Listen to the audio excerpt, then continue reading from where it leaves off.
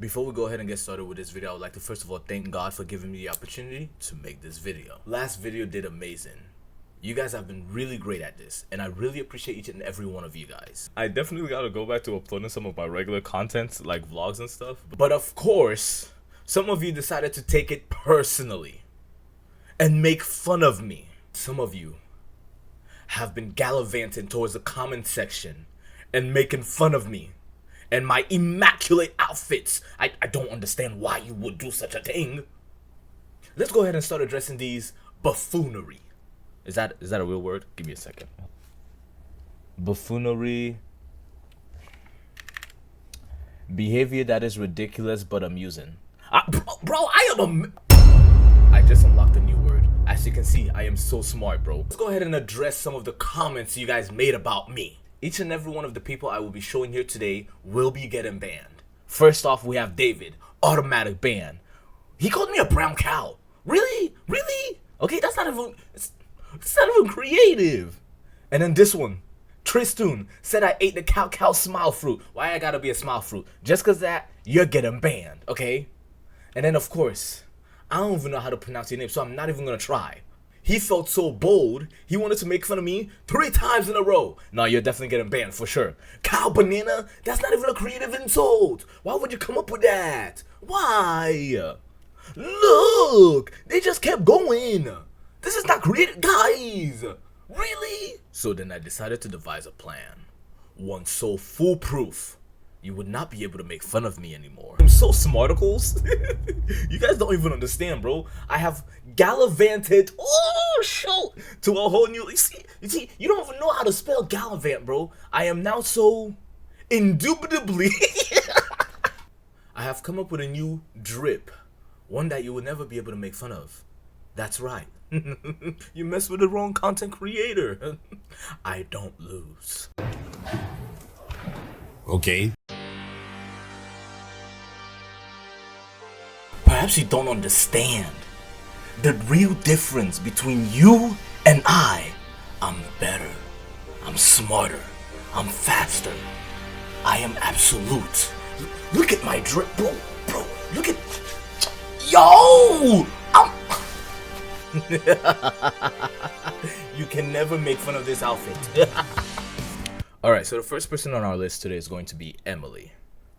She is done with the Syrup Village arc, I believe. Alright, let's check it out. Reading One Piece for the first time, and I just finished the Syrup Village arc. Let's give an update on my thoughts and feelings so far. There will be spoilers for any of my besties who have not gotten to this part of the story yet. We're introduced to a new character. His name is Usopp, and he is basically known as the town liar. We're also introduced to a new villain in this arc, and that is Captain Kuro. One of the things that I really enjoyed about this arc was I love seeing the development of the relationships between our 3 characters. They are so funny together. I just absolutely love their banter. Luffy is always proving himself to be so ride or die for his friends. He is truly so pure of heart. It's easy to see his character as very silly, but what I do like seeing is when the tables turn and then there is a threat on something that he cares about. You can see when he gets serious, and I love that little switch, and I love seeing him become that more serious version of himself. Usopp's character was really interesting for me. I just realized, sorry, I'm getting distracted. Is that a wedding dress in the background? It's been it's not like it's bothering me. I've been looking at it like, huh? Congratulations. Belated congratulations. But yeah, nice. But yes.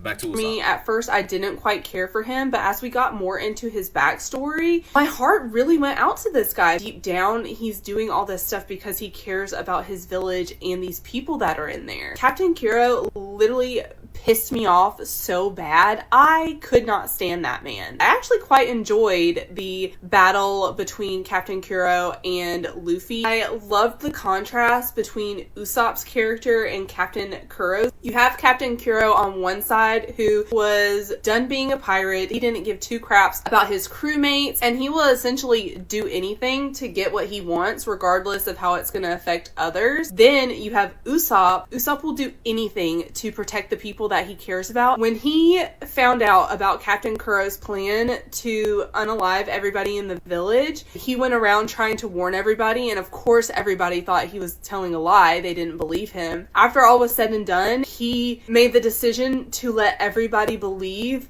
that he had still lied about it. He knew that their peace of mind and their life would be so much better not knowing that. I'm literally getting emotional thinking about it, because he was just willing to self-sacrifice so much for the good of everybody, and it hurts my heart that they never got a chance to know how good he actually was.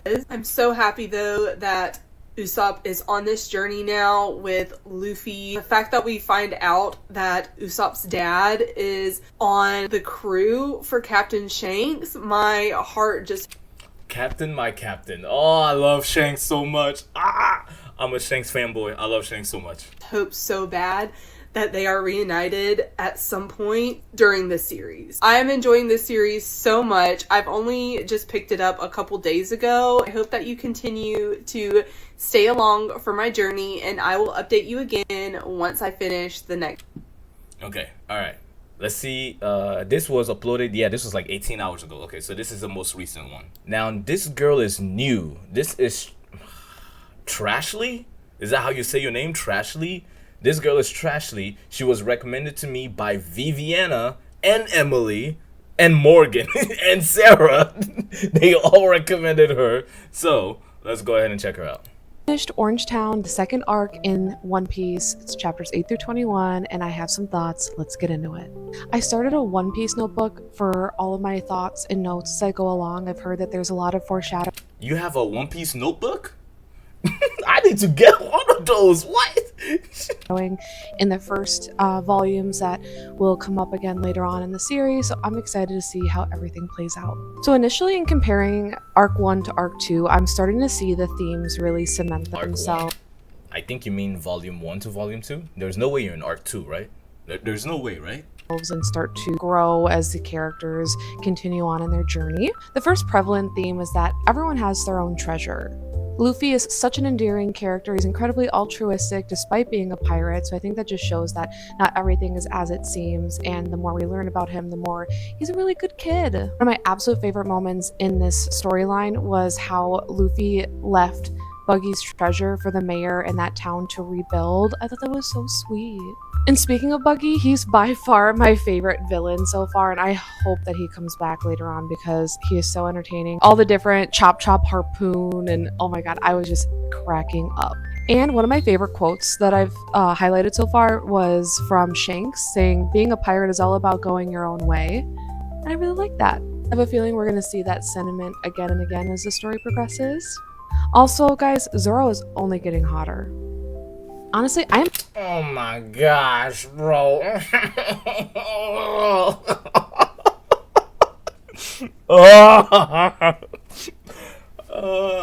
I'm not gonna say anything. There's a specific character that you girls are going to meet. It's a specific person. Everybody knows who I'm talking about, okay? It starts with an S. Anyways, I hope you guys end up leaving the Zoro fan base and moving over to the S fan base, so to speak. Oh man. Please. I'm living for the Luffy, Zoro, Nami trio. I don't have a ton of anime experience under my belt besides like Pokemon, but they're kind of giving Pokemon. Ash, Brock, and Misty in my opinion. And I really like They're giving Ash, Brock, and Misty. I never heard that one before. You're not wrong, actually. What the freak? Hold on. Misty has orange hair. Hold on. You're not wrong. Wow. Hold on. I have never thought about that parallel before. Interesting. Nami's presence in this trio because she's this sort of reluctant, almost like voice of reason that Zoro and Luffy definitely need. I think left to their own devices, Luffy and Zoro would destroy the world. And the most emotional part so far is obviously Choo Choo. Justice for Choo Choo, y'all. The second Choo Choo appears and you can tell he's been beaten up and looks really sad. I knew I was in for it. The fact that his treasure was the pet food store because his owner asked him to defend it while he was gone and his owner never came back. I need a minute. All in all, I am ready for Syrup Village. I'll be starting that today. I'm excited to see what this little band of misfits is going to get themselves into. And here's hoping that Buggy makes a return to the storyline because what an icon. He is so funny. Thanks again, everyone, for the overwhelming amount of support. And I appreciate everyone keeping my comment section spoiler-free. That's how I would like it to remain. I hope you continue to follow along on my One Piece journey. I'll be posting another update once I am done with Syrup Village.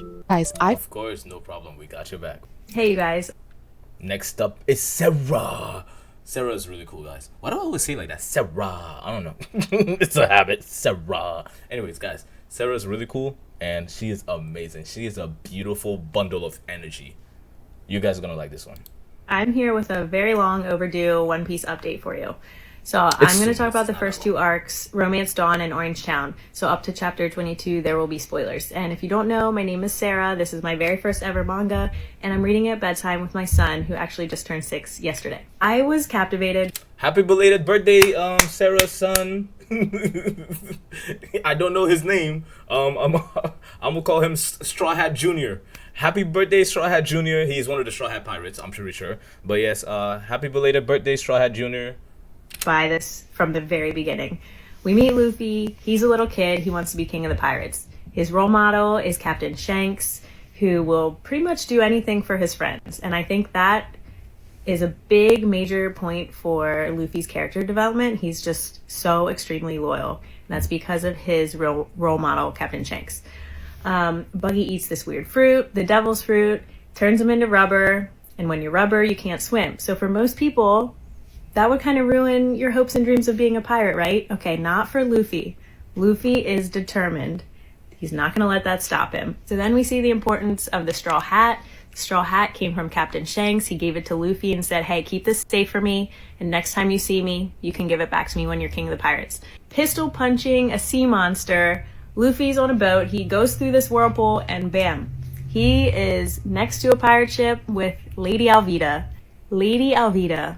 She just reminds me of the stereotypical, like, scary grandmother with with this crazy makeup, this crazy hair. She's just a big presence, okay? So she's this lady pirate on a ship, and that's where Luffy meets Kobe, who is just basically her little servant boy, but that's not what he wants to do. He wants to be part of the Marines. So Luffy and him kind of branch out, and Luffy ends up helping him escape Lady Alvida, and now Luffy has a new friend. Then we go on to meet Zoro, the pirate hunter, and Luffy and Kobe end up saving him. We see the 3-sword technique, which is super.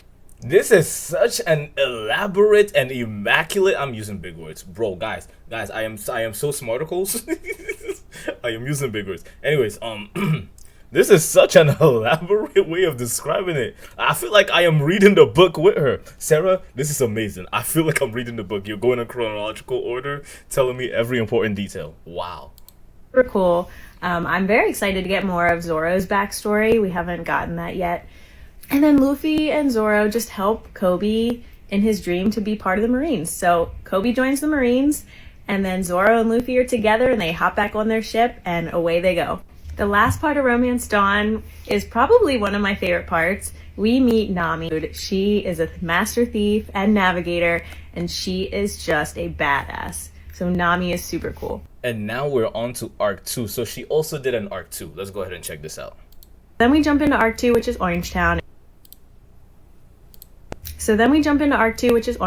And we meet Buggy the Clown, who is this terrifying pirate. I am just scared of clowns in general, so him as a character gives me, like, the ick feeling.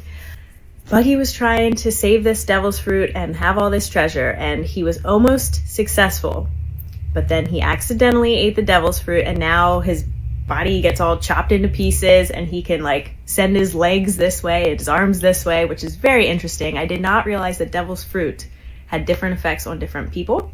And then Buggy ends up falling off the ship. He can't swim because he ate the devil's fruit, but Shanks jumps in and saves him. But Buggy is still mad at Shanks, so there's a lot of bad blood there. Then we get to some emotional stuff in here. We meet Mohi, the lion trainer, and we meet Chow Chow. Chow Chow is the dog, okay? The dog that loves his owner and is loyal to his owner.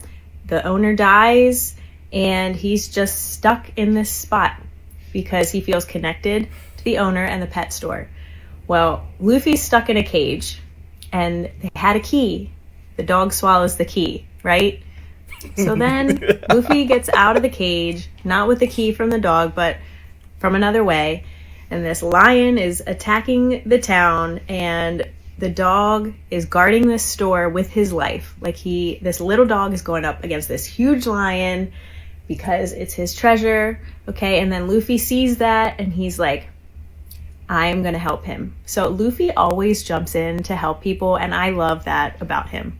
So then now this dog is loyal to Luffy, and it was a very sweet moment. I didn't cry, but it was just very emotional. So the rest of this arc has a lot of fighting, a lot of pistol punching, but towards the end, Luffy's hat gets slashed, and he gets really upset about it because this is Shanks' hat, and he's planning to give it back to him someday when he's king of the pirates. Nami is like, why are you so mad? It's just a hat. And he said, it's not just a hat.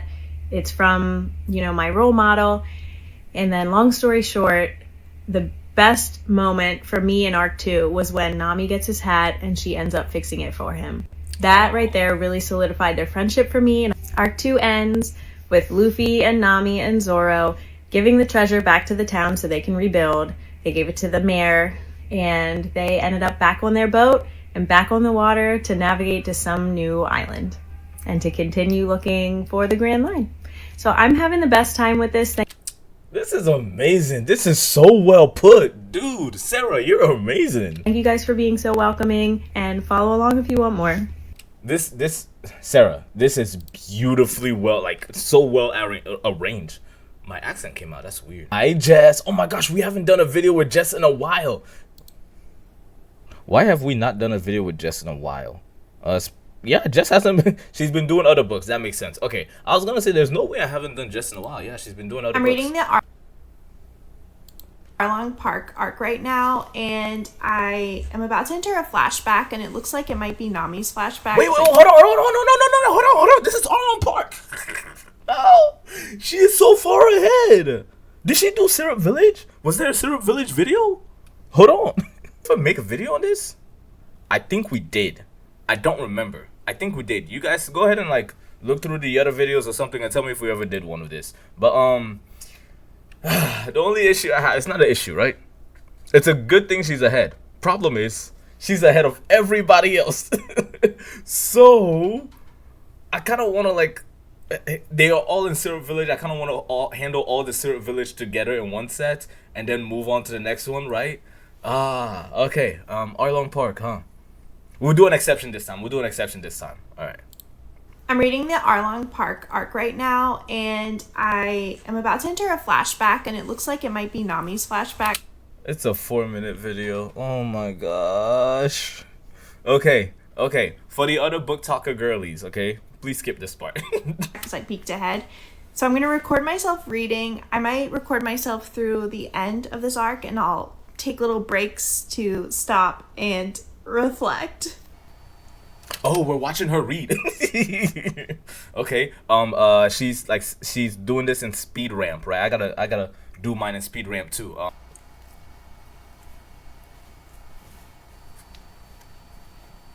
Okay, this is making more sense on why Nami cares about treasure, because they're growing up very poor.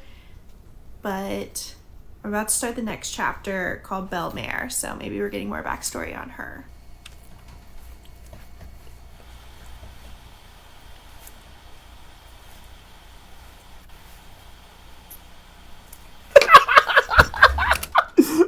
Jess! What? Jess, there's no way this is what the video is about, bro. Oh my god. Jess. Oh. Makes even more sense now. These characters are just internalizing things that happened as a kid, and they're just carrying it through their whole life. I think, okay, it's still gonna be a flashback. I'm on the next chapter. Jess, we love you. Oh my gosh, okay. Chapter had so many quotes. It's crazy how even translated these quotes really come through. And then it's coming back to this, like, someone sacrificed their life for someone else, or sacrificed something for someone else to live. And this just seems to be like a recurring theme throughout, like, all of our crewmates. We understand Nami's reasoning for how she's acting, how she's involved with Arlong, and this is crazy. But obviously she left Arlong's crew at some point, so I don't know if we'll get into that in the future, but it looks like the flashbacks are done. Ow. Government corruption. Arlong and his loopholes. I'm worried.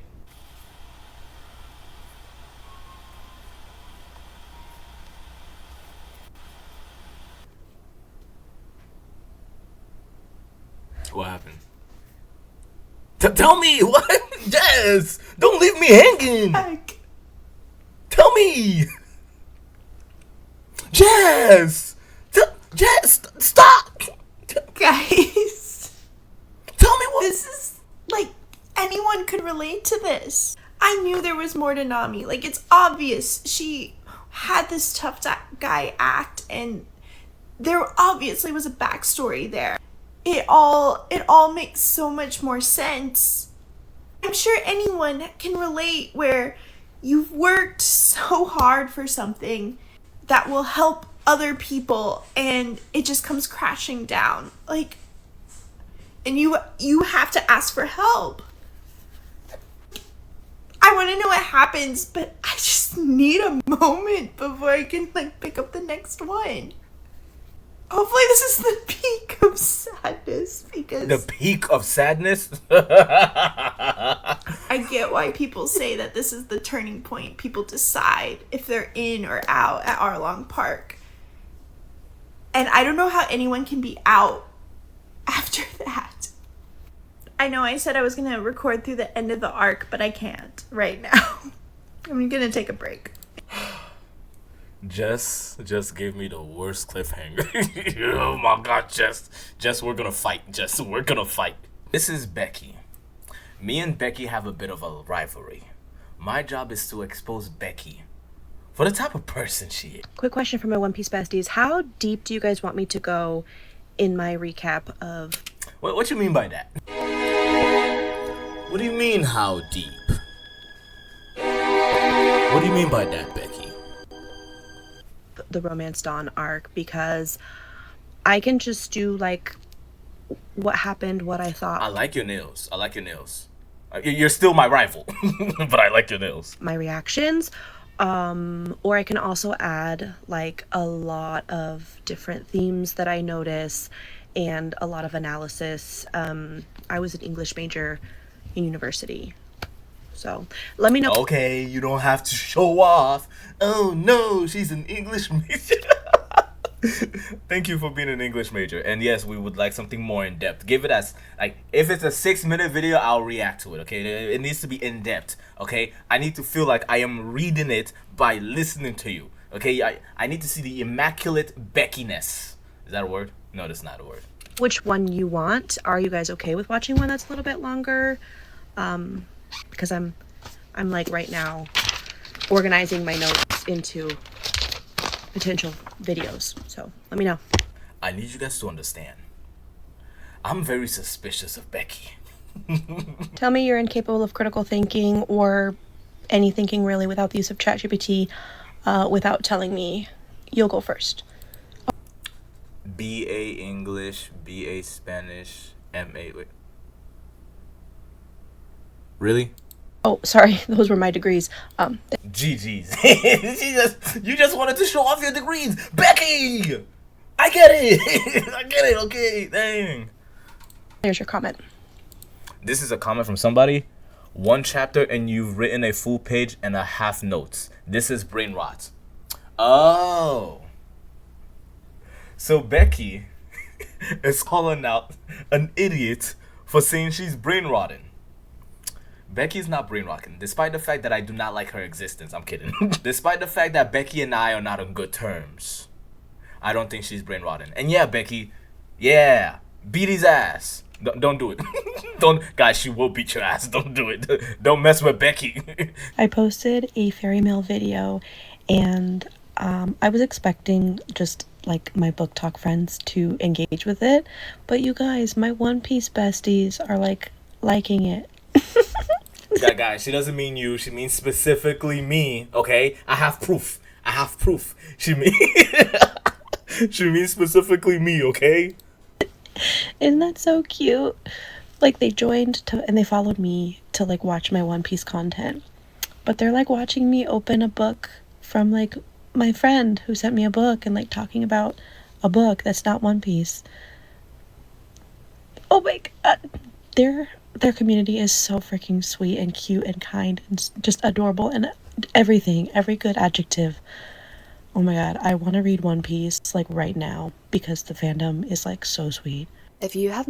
Is this Andy? Hey, dang, Andy is far ahead. Oh my gosh. Andy, I miss you so much. It's been a minute. I've been waiting to see Andy. And like I have favorites. I love Andy, Viviana, Sarah, Iffy is up there too. Becky. Emily, Morgan. Oh my gosh, Morgan is amazing. I love Morgan. I need to put Morgan in another video. Morgan, if you're watching this, we got to do another one. Not yet read the Baratie arc of One Piece. Save this video for later and scroll because major spoilers. A quick heads up. We have set up an interview. I will be interviewing them. It will probably be a live stream. So go ahead and subscribe to this video. There will be a stream coming up where I interview them, talking to them about their experience with it. And even after it's a live stream, I will make it into an actual full-blown video. But yes, that is coming up soon. I won't tell you guys when, but just look forward to it. And 3, that's not how you count. Major spoilers right now. He ate his foot. I will get to that later, but I was genuinely shocked and horrified. I have many a note because I feel like I missed stuff in my last wrap-up, so bear with me. To me, this arc was really an analysis on this idea of what is strength and what does it mean to be strong. And I feel like in a bunch of characters that I will go through, we see their understanding of what strength is and how that interacts and clashes with one another, which was really interesting. Sanji is a name that I saw in many a comment thread on my previous post, and so I was very interested to meet him. So I've got to say, how I'm feeling right now is I don't really know how to feel about Sanji. He is an interesting character because he seems completely unreasonable, he seems completely inflexible, and he seems like he has a very, very short fuse. And yet we see his staunchly compassionate side dealing with Jin and then all the other pirates of Don Krieg's ship in refusing to not feed them because they're starving. When we got a little bit more of Sanji's backstory with head chef Zeph / Red Shoe Zeph, I really appreciate... Red Shoe Zeph? Is that really what they... the English translation... Usually the way I always refer to him was Red Leg Zeph. Red Shoe Zeph, interesting. That insight. I love how Oda gives us the backstories for these characters that may not be super palatable. That said, I'm excited for where Sanji's character is going to go because I appreciated that at the end of this arc, we see Sanji going with Luffy on their next voyage, even though he said he never would. And I think that showed immense character growth, even though it seems like a small act. That was something that he held steadfastly to throughout so many chapters. I liked the little crumbs of Zora's backstory that we got with the introduction of Johnny and Yosaku, and then his battle with Hawkeye. I thought that was very fun and very interesting. Zora is so mysterious that I am actually quite desperate to learn more about this man because right now he's kind of a little bit two-dimensional to me in a way that the other characters aren't, and I would like there to be a third dimension added. Back to Sanji's backstory and Red Shoe's foot. That was kind of batshit crazy.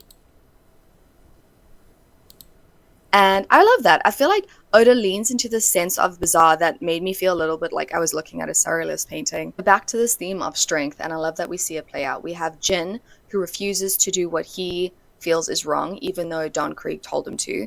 We have Don Krieg, whose idea of strength is obviously domination and absolute power.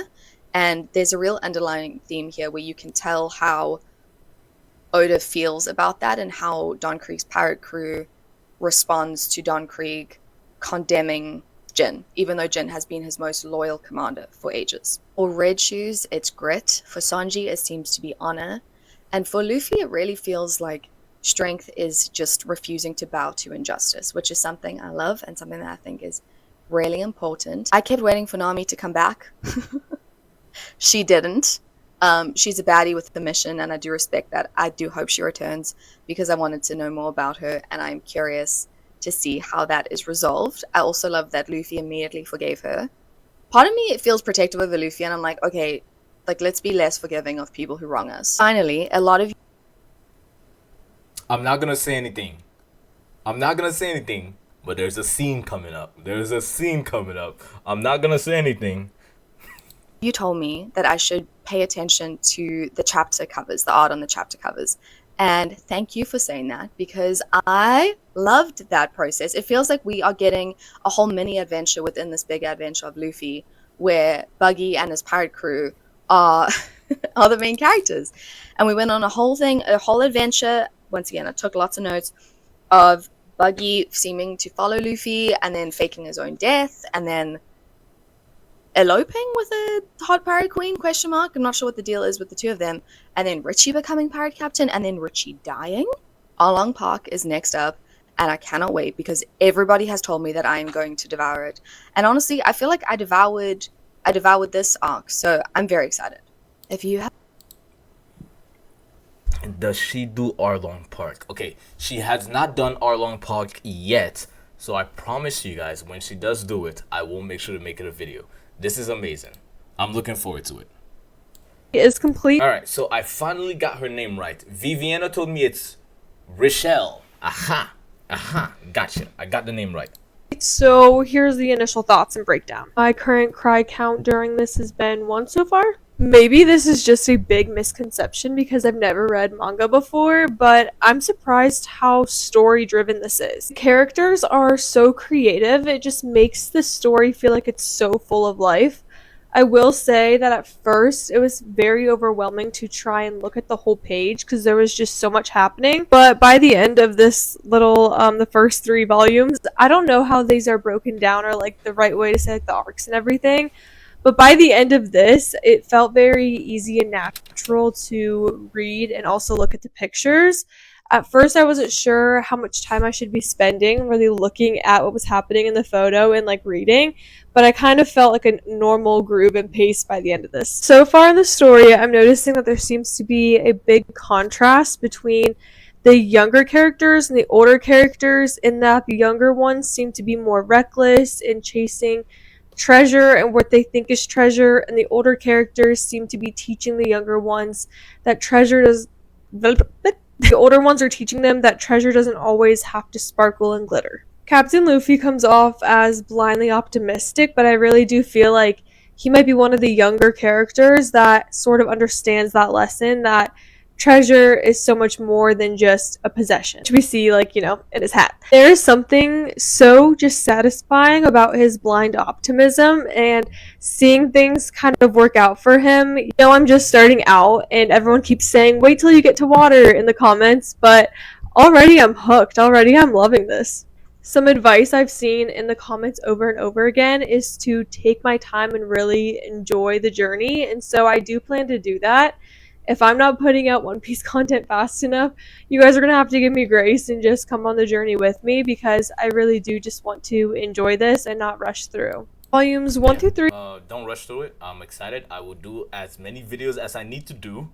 Space them out as far out as I need to. Don't worry. Just take your time through it. I finished reading the first 3. Okay, so this is somebody new. We've added to the list. This is Juliet. I had to go and scour for her. Nobody recommended her to me. I had to find her myself. But this is Juliet. Volumes of One Piece, and here are my thoughts so far on the story and novel in general. I keep saying it novel because it's just what I'm used to, the manga. So far, I like the character of Luffy. He's very goofy, annoying at times, sticks his nose where it's not supposed to be, and but is always set on his goal. You know, he wants to become a pirate, the greatest pirate of all time. He wants to collect his own crew, and he started doing that. You know, he has Zoro on his team, he has Nami on his team, both people who hated pirates, but somehow okay with being on a crew because of him and who he is, and the actions that he demonstrated. Whether or not he knew about them, I don't think it matters.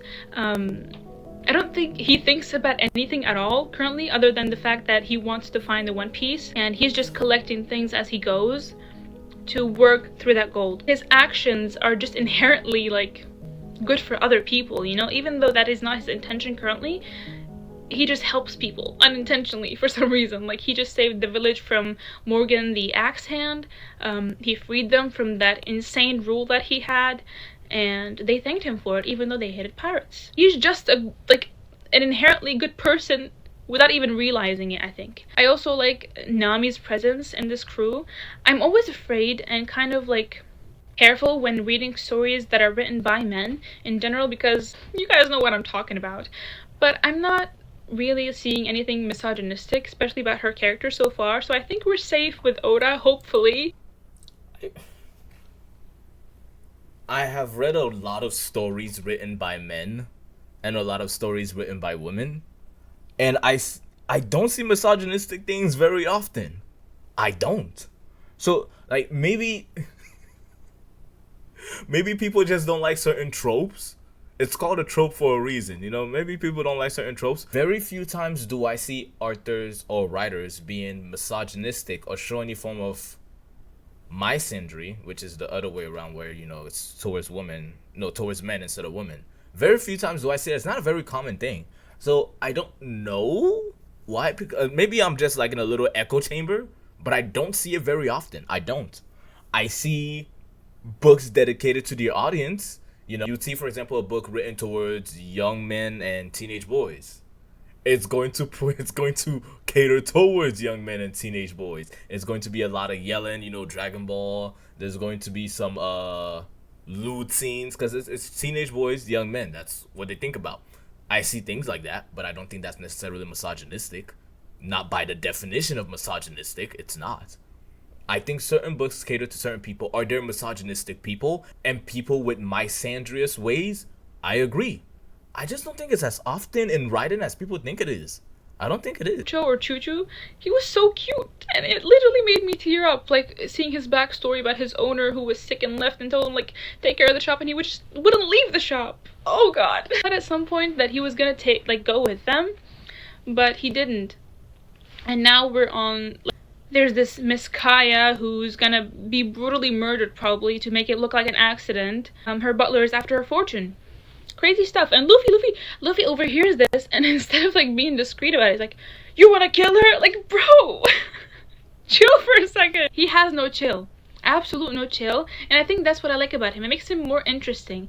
And I love a Luffy fangirl. This is beautiful. And I think this author has a really good balance with humor and lightheartedness and real stuff with the story. Like, it's just a really good balance that keeps you interested in the story. It's not very boring. Like, you have a very good mix of action and also world building. And I'm in love with that. I love the characters' relationship with each other and the way they interact with each other. Like, Zoro is just there. He's there when he's needed. He's a good swordsman. He wants to be the greatest, but is he?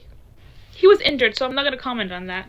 But I'm excited to see more of his greatness. And I'm also excited to see how Nami's relationship is just integrated into this crew, because she hated pirates before. They obviously did her very, very wrong. But now she's there. I'm not sure if she actually is like fully integrated into the crew, because she's just there to see what happens, you know? She just happens to help them sometimes. So far, so good. I'm excited to see that, Usopp, what is that? Usopp? How do you say his name? Usopp or Usopp? I'm excited to see if he goes with them, because his father is in Shanks' crew. Luffy wants to actually meet them at one point, so I'm thinking maybe he's gonna go with them to see his father. He obviously wants to be a captain. He's a little bit of a liar, but we'll see what happens. I'll keep you updated. And I ordered a couple of volumes, so I'll be reading them and updating you guys as I go. I think I want to finish the first saga before I start watching anime episodes, because I want to see how this is integrated into anime. Yeah, no, I get... part of me wants to just tell them, just keep reading. Don't even bother watching the anime. Only watch the anime when it comes to like fight scenes and stuff, because you want to see how it's like choreographed and animated, right? But just read it. Reading it is so much better. I think the best way to experience One Piece is genuinely reading it. But yes, obviously you want to see the fights and how like the color is of certain characters and whatnot. But I would definitely recommend reading it more often. But yeah, this is amazing. Thank you so much, Juliet. We appreciate you. And there you go, guys. Honestly, I have no idea how many of these videos we've done. I genuinely have no idea. But I really enjoyed them, and I really love doing these videos. And I'm glad you guys enjoyed them too. Make sure to leave a like, comment, subscribe. Like, tap that like button. Seriously, no. I want you guys to hit that like button. That's the only way this gets pushed out there. And I want to give these creators more light. So please hit that like button. Please. It would really mean a lot to me and to them. And I really want more people to be aware of these creators. But yes, thank you guys so much. I hope you guys have a beautiful evening. Peace out. Stay classy. And thank you, God, for giving me the opportunity to make this video.